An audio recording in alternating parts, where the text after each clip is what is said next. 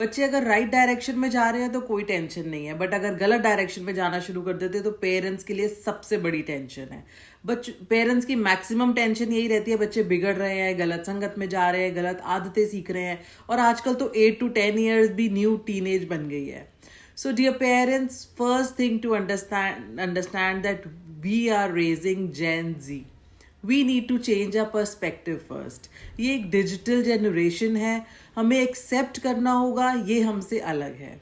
ये जनरेशन हमसे अलग इसलिए है क्योंकि ये बहुत स्ट्रेट फॉरवर्ड है। ये कुछ भी बोलने के टाइम ऑकवर्ड फील नहीं करते जैसे हम किया करते थे। Love, crush, opposite sex, friendship, ये सब बातें इनके लिए बहुत नॉर्मल है और ये बहुत नॉर्मली इस चीज़ को डिस्कस कर लेते हैं।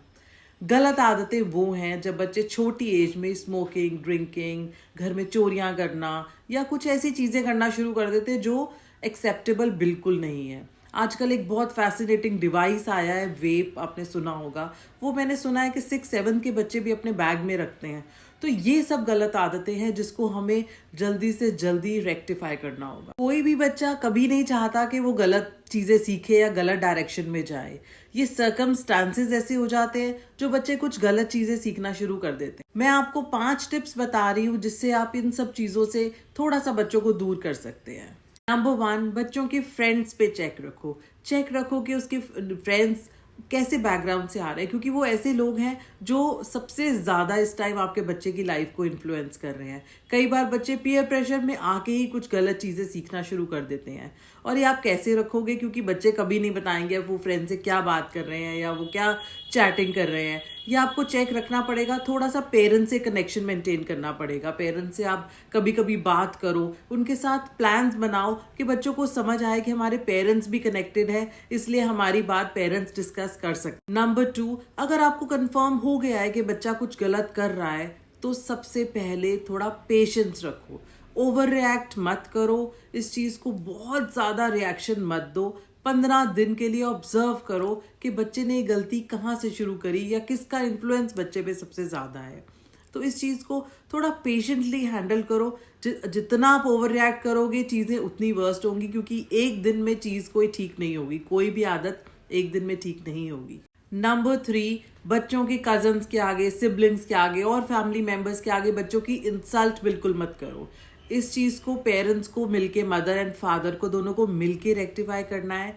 दोनों की एक ही डायरेक्शन होनी चाहिए, एक ही अप्रोच होनी चाहिए। ये नहीं कि मम्मी कुछ और कह रही है और पापा कुछ और कह रहे हैं, वो चीज़ें और खराब कर देंगी। नंबर 4, कई बार बच्चे सिर्फ घर वालों की अटेंशन पाने के लिए, स्पेशली पेरेंट्स की अटेंशन पाने के लिए ही कुछ गलत शुरू कर देते हैं। और ये ज़्यादातर 10 ईयर्स के बाद बच्चों में ज़्यादातर देखा गया है कि वो कहीं ना कहीं निग्लेक्टेड फील कर रहे होते हैं, तो अटेंशन पाने के लिए गलत हरकतें शुरू कर देते हैं। तो उसका तो सिंपल है, आप थोड़ा टाइम और अटेंशन बच्चों को ज़्यादा दो, थोड़ा सा बच्चों के साथ ज़्यादा connection maintain. Number 5 and most important point, advice देना बंद करो और गाइडेंस देना शुरू करो।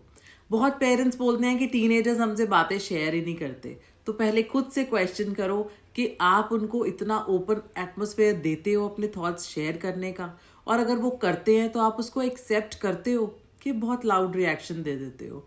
कोई भी बच्चा जान के गलत काम नहीं करना चाहता। एक लैक ऑफ नॉलेज बच्चे को गलत काम करने पे मजबूर कर देता है।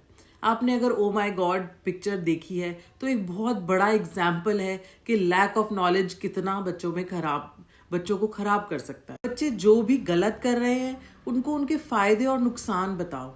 उनको बताओ कि उनकी बॉडी में अभी स्मोकिंग, ड्रिंकिंग, ऐसी चीज़ों का कितना बुरा इफेक्ट पड़ रहा है। उनको बोलो गूगल पे जाके चेक करें कि इसके क्या फ़ायदे और क्या नुकसान है, क्योंकि बच्चे आजकल गूगल से ही सबसे ज़्यादा रिलेट करते हैं।